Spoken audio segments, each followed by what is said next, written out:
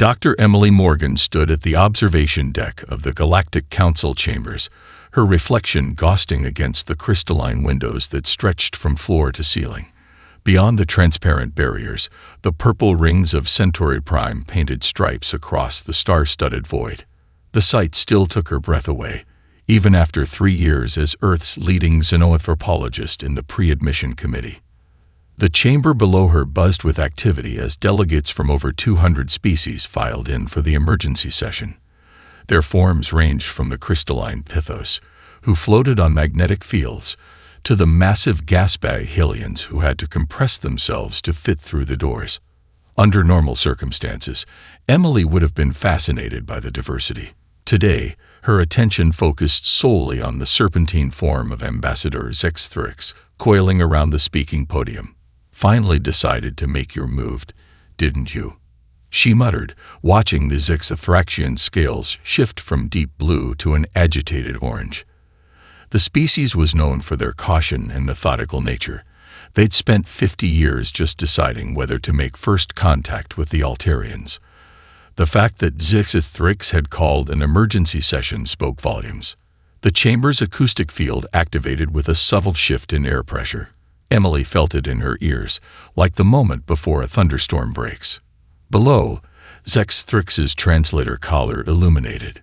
Esteemed members of the council, the ambassador's translated voice carried the characteristic hiss of their species. "I come before you with grave concerns regarding the human admission proposal." A ripple of bioluminescent patterns and pheromone signals spread through the gathered species, their equivalent of murmurs. Emily pulled out her datapad and began recording. This would make fascinating research material, assuming Earth survived what was coming. The admission committee has failed to account for a crucial evolutionary difference between humans and every other spacefaring race. Zexthrix continued, their coils tightening around the podium. "We all evolved from prey species. Even the predatory races among us developed from ambush hunters or pursuit deterrent strategists. Our evolution rewarded caution, energy conservation, and risk assessment." The Pythos representative chimed in, their crystalline form vibrating. "Your point, Ambassador. The human biological profile has been extensively studied." "Has it?" Zexthrix's scales flickered with patterns that Emily's translator rendered as skepticism. "Then you are aware that humans evolved as persistence hunters." The chamber fell silent. Emily smiled grimly. Finally, someone had figured it out. "Explain," demanded the Hylian representative, their gas-bag form condensing with interest. "While our ancestors survived by hiding, running, or fighting briefly, humans hunted by simply not stopping." Zexthrix's translator struggled to convey their agitation. They would pursue prey until it collapsed from exhaustion. No fighting, no complex tactics. They simply followed. For days, their bodies evolved to shed heat efficiently, to run for extraordinary distances. Their minds evolved to never give up once they selected a target. "Surely you exaggerate," a crystalline Pythos chimed. "No species would expend such energy." Emily stepped forward to the chamber's edge. "He doesn't exaggerate." All eyes turned to her. Humans once chased antelope under the hot sun until their prey's bodies gave out from heat exhaustion. We called it persistence hunting. Some indigenous human cultures still practice it. "Dr. Morgan," Zexthrix acknowledged her with a respectful coil. "Perhaps you can explain to your fellow council members what this means for the galaxy's future." Emily looked across the chamber, meeting the eyes, sensory organs, and visual processors of 200 species. "It means that every instinct you have about how a species should behave, every assumption about rational responses to obstacles, every belief about acceptable limits, none of that applies to humans. We don't stop. We don't know how." The chamber erupted in overlapping translations and alarm signals. Emily watched the chaos unfold below, remembering her grandfather's words about humanity's first steps into space. "The galaxy thinks they're getting clever apes who learn to split the atom. They don't realize they're getting persistence hunters who learn to chase their prey across the stars." In the chaos below, Only Zexthrix seemed to notice her smile. The ambassador's scales shifted to the deep purple of dread. They were right to be afraid. The galaxy wasn't ready for humanity's determination. It never would be. Ambassador Jack Reynolds adjusted his ceremonial sash for the 10th time in as many minutes. The antechamber of the Galactic Council sparkled with crystalline light, each facet reflecting the diverse assembly of species gathering for humanity's formal admission ceremony. Lieutenant Kate Martinez stood at his right, her dress uniform crisp despite the unusual gravity adjustments in the chamber. "Sir," Martins whispered, "you're doing it again." Reynolds forced his hands to his sides. 20 years in diplomatic service, and this is the first time my palms have actually sweated. He tried to smile, but the expression felt tight. "Did you read Dr. Morgan's report from this morning? About the Zixathraxian warning?" Martinez's hand instinctively checked her concealed sidearm, a privilege granted to her as head of security. Hard to believe they're that worried about persistence hunting, of all things. Before Reynolds could respond, the chamber's atmospheric harmonics chimed. The great doors, designed to accommodate species of all sizes, began their ceremonial opening sequence. Reynolds straightened his spine, channeling 2 decades of diplomatic training into his posture. "Showtime," he murmured. The procession began exactly as planned. Reynolds led the human delegation into the vast chamber, where representatives from hundreds of worlds watched from their environmental bubbles and gravity-adjusted platforms. The ceremonial words flowed smoothly: Earth's commitment to peace, the exchange of technological knowledge, the promise of mutual prosperity. Martins noticed it first, a subtle shift in the chamber's harmonic resonance, just enough to make her inner ear tingle. Her combat implants, supposedly deactivated for the ceremony, pinged a warning. "Ambassador," she started. The explosion cut off her words. The chamber's crystalline ceiling shattered, raining razor-sharp shards onto the assembly. Martinez's training kicked in instantly. She tackled Reynolds as energy weapons fire crisscrossed the space where he'd been standing. "Protective formation," she shouted to her security team, but the chaos had already separated them. Through the smoke and crystalline dust, she caught glimpses of their attackers. Environmental suits painted with radical symbols she recognized from intelligence briefings. The dawn of purity movement. Reynolds was already accessing the emergency comm channel. "This is Ambassador Reynolds. We need immediate." A targeted electromagnetic pulse killed every device in the chamber. Martinez felt her combat implants go dark. Through the thickening smoke, she saw figures falling, caught by some kind of mural disruptor. Her last thought before the darkness took her was that the attack was too well coordinated, too precise. Someone had been planning this for a long time. She awoke to pain. Her implants were still dead, but her trained senses told her plenty. High gravity, at least 1.5 Earth standard. Atmospheric pressure that made her lungs labor. The smell of ozone and something alien, like copper mixed with ammonia. "Welcome to Black Crater Prison," a modulated voice announced, specifically designed for species with your particular traits. Martinez forced her eyes open. The cell was circular, its walls made of some kind of shifting, iridescent material. Reynolds lay unconscious beside her, along with 3 other members of the delegation. Through a transparent section of wall, she saw their captors, environment-suited figures bearing the dawn of purity insignia. "Your species has been deemed too dangerous for integration," the voice continued. "This facility has contained the galaxy's most dangerous criminals for 3 centuries. No one has ever escaped. The gravity and atmospheric conditions will ensure you lack the strength to try." Martinez met the blank faceplate of the nearest guard. "You should have killed us," she said quietly. The guard's translator crackled with what might have been laughter. "And why is that?" "Because now we have a goal." Martinez felt Reynolds stirring beside her. "And humans, we don't stop until we reach our goals." Brave words, the guard dismissed. They all talk like that at first. In time, You'll accept your fate like every other species does. It's the rational response. Martinez smiled, thinking of Dr. Morgan's report about how the galaxy fundamentally misunderstood human nature. Their captors had made a crucial mistake. They'd given their prisoners something to strive for, a challenge to overcome. And if there was one thing humans excelled at, it was beating impossible odds through sheer bloody-minded determination. "We'll see," she said softly. "We'll see." 63 days into their imprisonment, Lieutenant Kate Martinez lay on the cell floor, counting her heartbeats. The crushing gravity of Black Crater Prison made even this simple exercise feel like bench pressing a car, but she persisted. Beside her, Ambassador Reynolds scratched another mark into their makeshift calendar. A series of grooves worked into the iridescent wall with a shard of their broken food tray. "Shift change in 3 minutes," Reynolds murmured, his diplomatic polish eroded to a raspy whisper by the toxic atmosphere.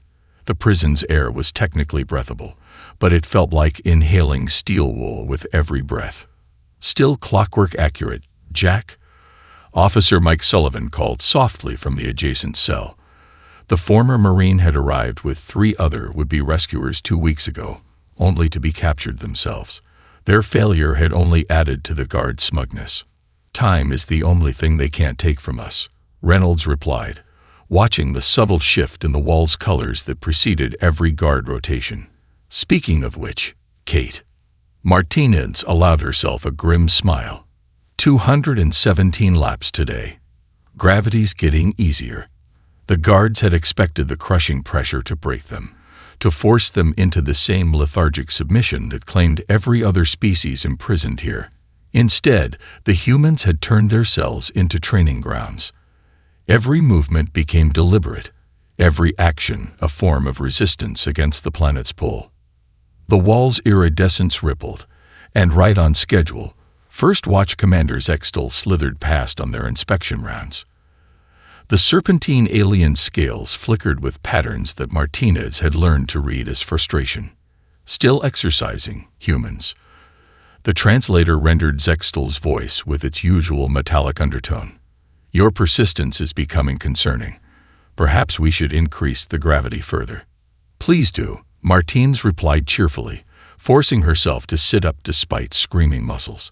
"It's getting too easy in here, almost like home." The lie made her bones ache, but the psychological warfare was worth it. She'd noticed how their continued activity unsettled the guards, whose species had evolved to conserve energy whenever possible. The very idea of voluntary exertion seemed to disturb them at a fundamental level. "They're planning something," she heard one guard whisper to another during the shift change. "No species maintains this level of activity without purpose." They were right, of course. Every lap of the cell, every careful observation, every seemingly casual conversation was part of a larger plan. Martinez had spent weeks mapping guard rotations, cataloging every variation in the prison's daily rhythm. Sullivan's team had contributed vital intelligence about the facility's layout from their failed rescue attempt. Reynolds, drawing on decades of diplomatic experience, had begun building relationships with other prisoners. Most were too broken by the conditions to be useful, but a few showed sparks of their former selves when the humans demonstrated their continued defiance. "Tell me again about Earth's gravity," a crystalline Pithos prisoner had asked yesterday, their usual chimes dulled by the crushing pressure. "About how your people learn to operate in different pressures." Martinez had explained human deep-sea diving while doing push-ups, describing how people voluntarily subjected themselves to extreme pressures for both work and sport. The Pithos's crystalline structure had resonated with what her translator identified as disbelief. "Your species seeks out such conditions, voluntarily." "We seek out everything," Reynolds had replied. "It's kind of our thing." Now, as the shift change completed, Martinez caught Sullivan's eye through the transparent section of their cells. He gave an almost imperceptible nod. He'd identified another weakness in the sensor grid during his daily exercises. They were almost ready. The guards expected them to break, to eventually accept their imprisonment like every other species did. They didn't understand that humans had turned their cells into laboratories, their daily routines into reconnaissance missions. Every drop of sweat, every aching muscle, every careful observation brought them closer to their goal. Status report, Reynolds whispered as the last guard disappeared around the corner. Martinez allowed herself a predatory smile. We've mapped 3 separate escape routes. The guards have settled into predictable patterns, and thanks to their crushing gravity, we're all stronger than we've ever been. Perfect. Reynolds made another mark on their calendar. Then we stick to the plan. We give them exactly what they expect, right up until the moment we don't. In the cell next to them, Sullivan began another set of exercises, his movements deliberate and measured. To the guards, it looked like more futile human persistence. They didn't realize they were watching a hunter preparing for the chase of a lifetime. The hunt had begun. The prey just didn't know it yet. Medical emergency in Block C.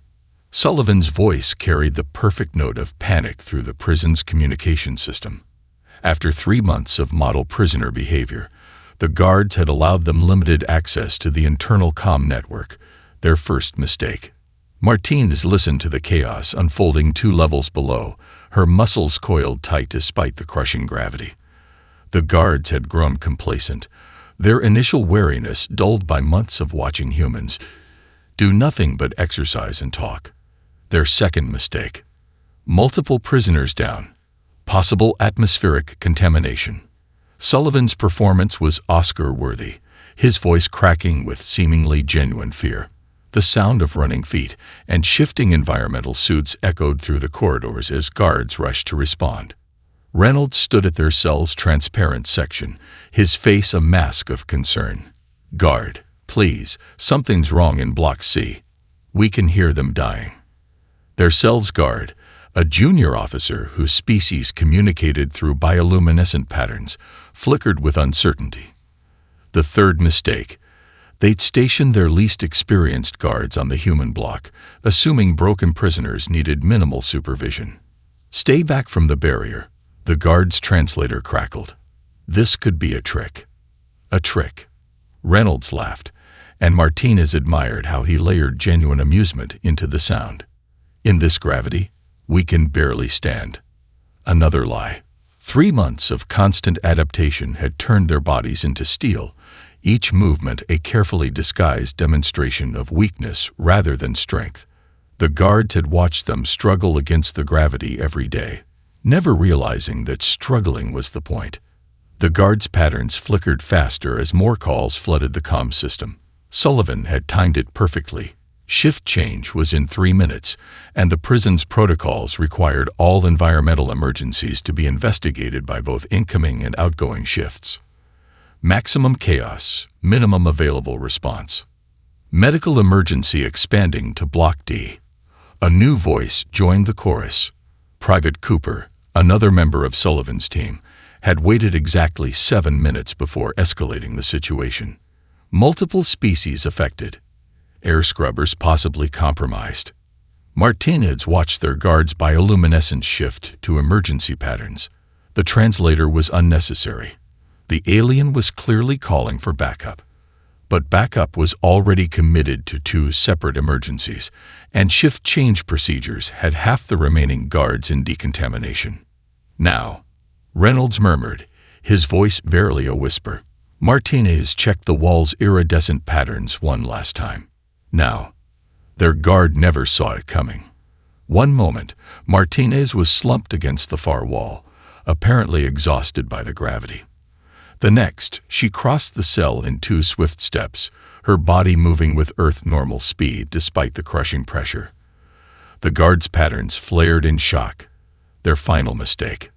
Reynolds was already at the control panel, his fingers flying over the alien interface. 3 months of watching guard interactions had taught them the basic command sequences. The cell's barrier flickered and died. "Block A secure," Martinez reported into the stolen comm unit as she stripped the unconscious guard of their equipment. Moving to Phase 2. Across the prison, carefully coordinated chaos was unfolding. Sullivan's team had spent weeks introducing subtle contamination into the air recycling system.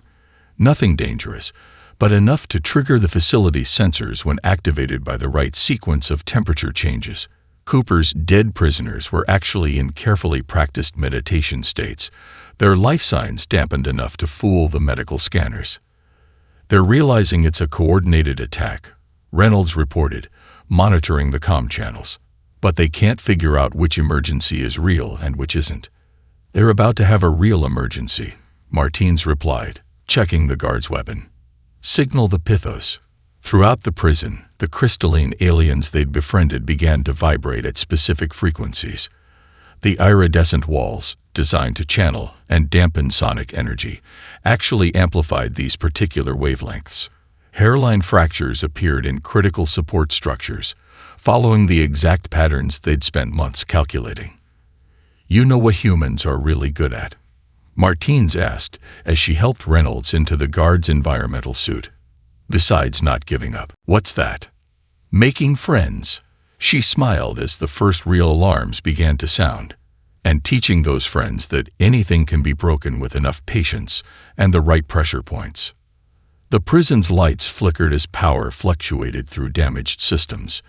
In the darkness, Martinez's smile was predatory. They hadn't just been planning an escape. They'd been dismantling the prison piece by piece, turning their captors' own security systems into weapons. The hunt was entering its final phase, and this time, the humans weren't the prey. Commander Ashley Thompson stood at the edge of the crystal forest, watching razor-sharp formations catch the light of 3 setting suns. Behind her, the burning wreckage of Black Crater Prison sent columns of toxic smoke into the purple sky. The facility's destruction hadn't been part of the original plan, but plans, like bones, had a way of breaking under enough pressure. "Pursuit craft incoming," Martins reported, the stolen environmental suit's sensors giving her a clear view of the approaching threat. 7 vessels, heavy weapons. They're not taking chances this time. Thompson nodded, checking the survival pack they'd assembled from stolen supplies. Reynolds, status on the others. The ambassador, looking decidedly undiplomatic in prison guard armor, consulted his heads-up display. "Sullivan's team is drawing half their forces south. Cooper's group has the rest chasing sensor ghosts in the eastern canyons. We're clear for the northern route." "They think we'll run for the spaceport," Martinez added, a smile in her voice. "Standard escape protocol." Thompson allowed herself a grim chuckle. "Good thing we're not standard." She switched to the general channel. "All teams, initiate Operation Persistence. Marathon protocols are in effect." The responses came back immediately, each team leader confirming their role in what might be the longest chase in galactic history. Their pursuers had faster vehicles, better weapons, and complete knowledge of the terrain. What they didn't have was an understanding of human endurance running. "Move out," Thompson ordered. "Sustainable pace. We're not running from them. We're running them into the ground." They set off through the crystal forest at a steady jog, their modified environmental suits letting them maintain the pace despite the crushing gravity. The crystalline formations created a maze of reflecting surfaces, making sensor tracking nearly impossible. It was beautiful in a lethal sort of way. "Contact," Martinez reported after the first hour. 3 pursuit teams trying to triangulate our position." "Let them see us," Thompson replied, just enough to keep them interested. It was a dance they'd practiced in the prison yard, moving just slowly enough to seem hindered by the gravity, letting their hunters think they were catching up. The pursuit teams fell for it completely, calling in reinforcements as they closed on what they thought were exhausted escapees. 6 hours in, they heard the first pursuit vehicle crash. The pilots, pushing their machines to keep pace, had finally made a fatal error among the crystal spires.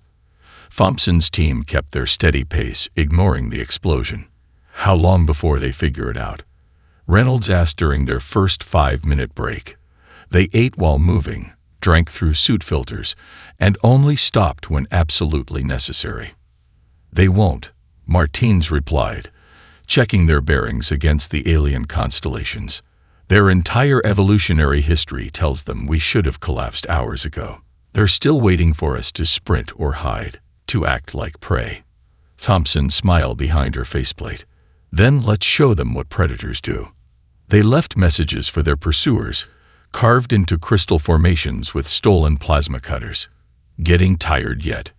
Read one. We can do this for days, promised another. Psychological warfare, turning the hunters' frustration against them. 12 hours in, the pursuit team started making serious mistakes. Exhausted pilots pushed too hard, crashed too often. Ground teams, struggling to maintain the pace in the high gravity, began falling behind. Message from Sullivan's team. Reynolds reported.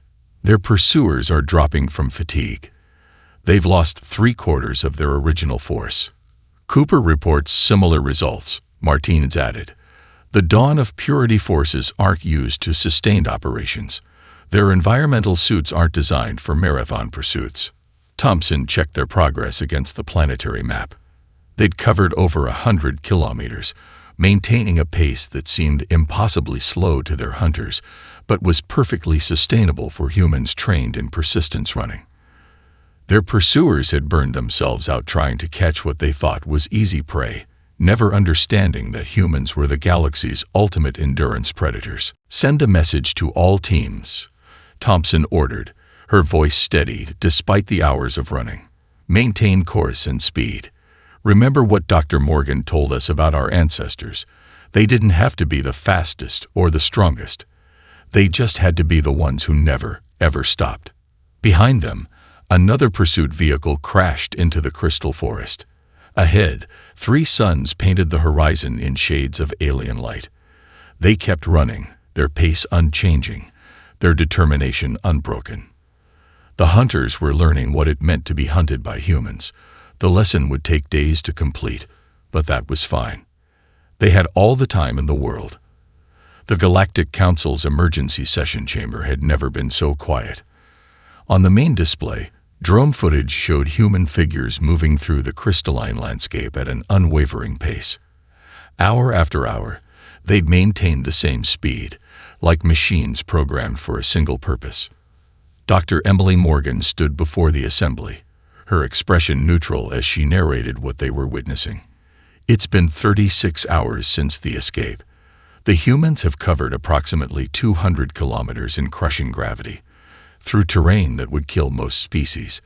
They haven't stopped once. Impossible, the Pythos representative chimed, their crystalline form vibrating with distress. Their bodies should have failed from exhaustion. Should they? Morgan gestured to a new feed, showing a pursuit vehicle crashed among the crystal spires. Like our pursuers' bodies should have failed. Tell me, how many Dawn of Purity forces remain in the chase? The Exathraxian delegate scales shifted to a deep purple of dread. Less than 20% of the original force. The rest have collapsed from exhaustion or crashed their vehicles trying to maintain pursuit. Morgan nodded, switching to another feed. This one showed a crystal formation where the humans had stopped briefly. Carved into its surface was a message. Getting tired. We're just warming up. They're playing with their pursuers, a Hylian representative observed, their gas bag form condensing with what might have been fear. Like predators toying with prey. No, Morgan corrected. They're teaching them. Every message, every maintained pace, every hour they continue moving. It's all a lesson about what humans really are. New footage appeared on the display. One of the human teams had started leaving behind small supply caches, water, food, basic medical supplies. Each cache had a note. For when you're ready to give up. We understand. Not everyone evolved to do this. The chamber erupted in overlapping translations as the implications sank in. The humans weren't just escaping. They were demonstrating their superiority with mercy. It was perhaps the most terrifying message they could have sent. Drone Feed 7, a technical operator announced. You need to see this. The display switched to a high-altitude view.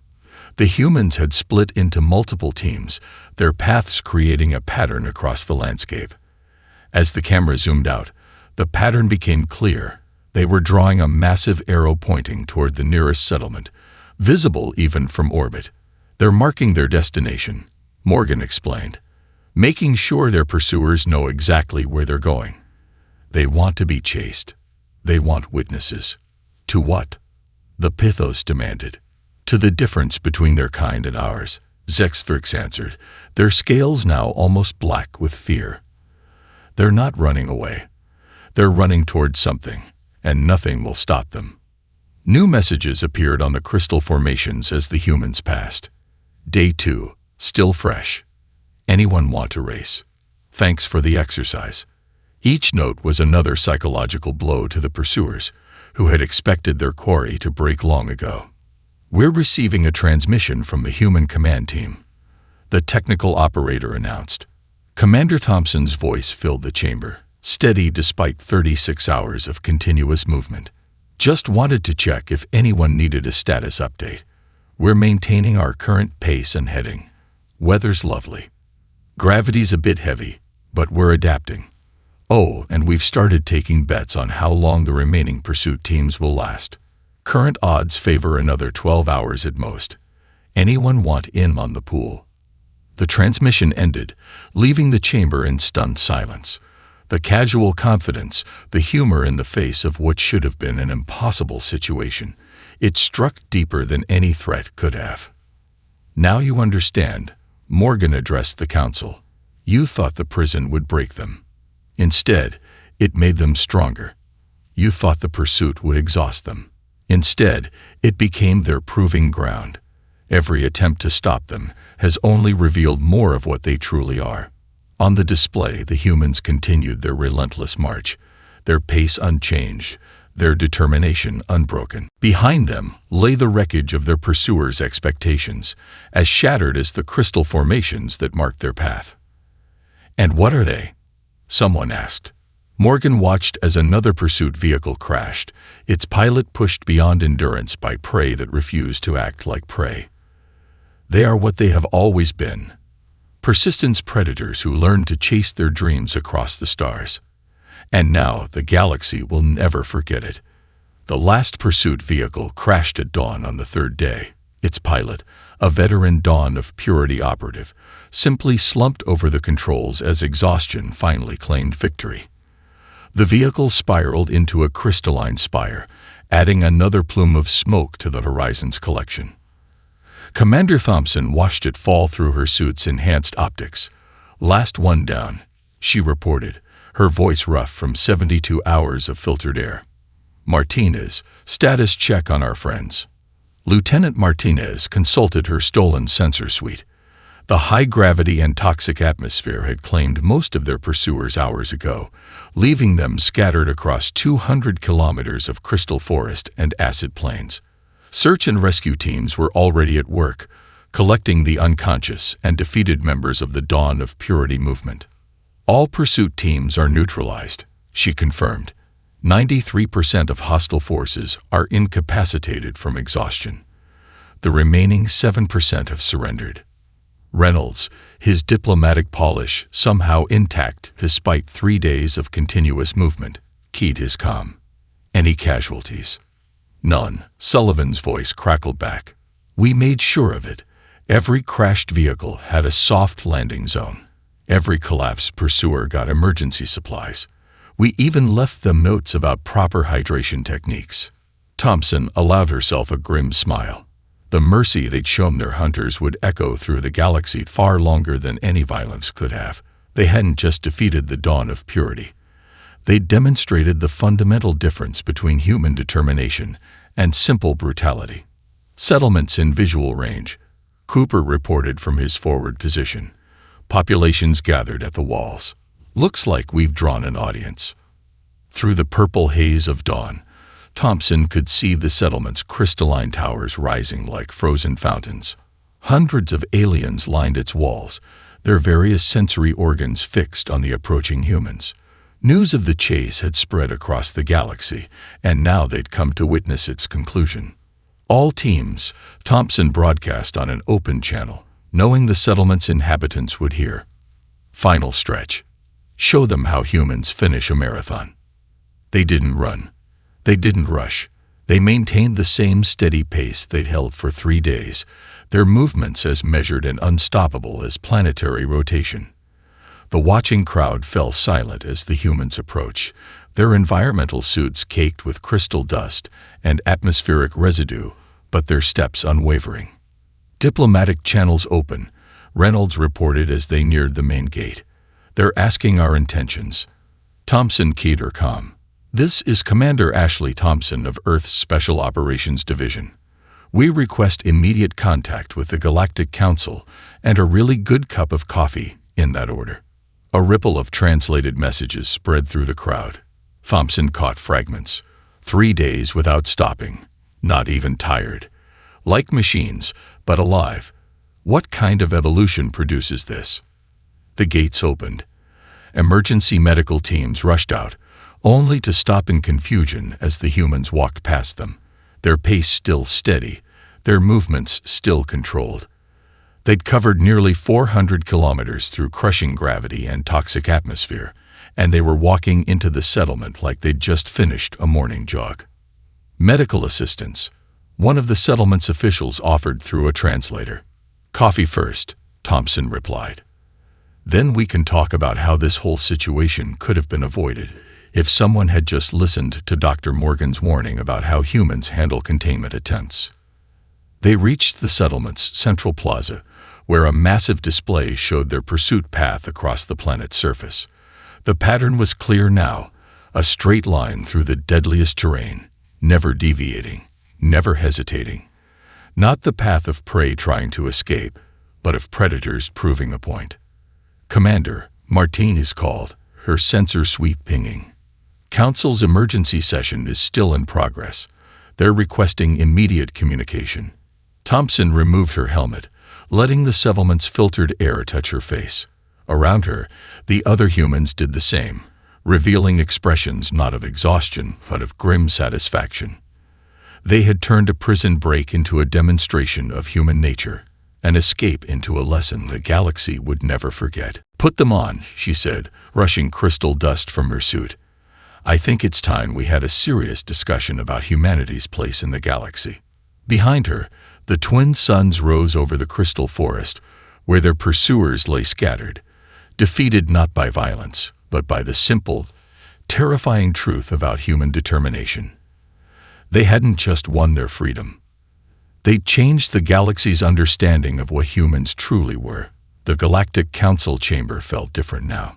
Dr. Emily Morgan stood at the observation deck, watching Commander Thompson address the assembly in her dust-covered environmental suit. She hadn't even cleaned up first, a deliberate choice that made every crystalline, shard, and atmospheric stain a badge of victory. "You fundamentally misunderstood what we are," Thompson was saying, her voice carrying the weight of 72 hours of continuous movement. "You built a prison based on high gravity and toxic atmosphere, thinking it would break us. Instead, you gave us a training ground." The chamber's acoustic field captured the ripple of uncomfortable movements from the assembled species. They'd all watched the footage, seen the 3-day chase that had broken the galaxy's most feared radical movement without a single shot fired. The Dawn of Purity thought they were the hunters. Thompson continued, gesturing to the display showing their pursuit route. They had better vehicles, better weapons, complete knowledge of the terrain. But they made the same mistake you all did. They assumed we would think like prey. A Hylian representative expanded their gas bag form inquisitively. "And how do humans think, Commander?"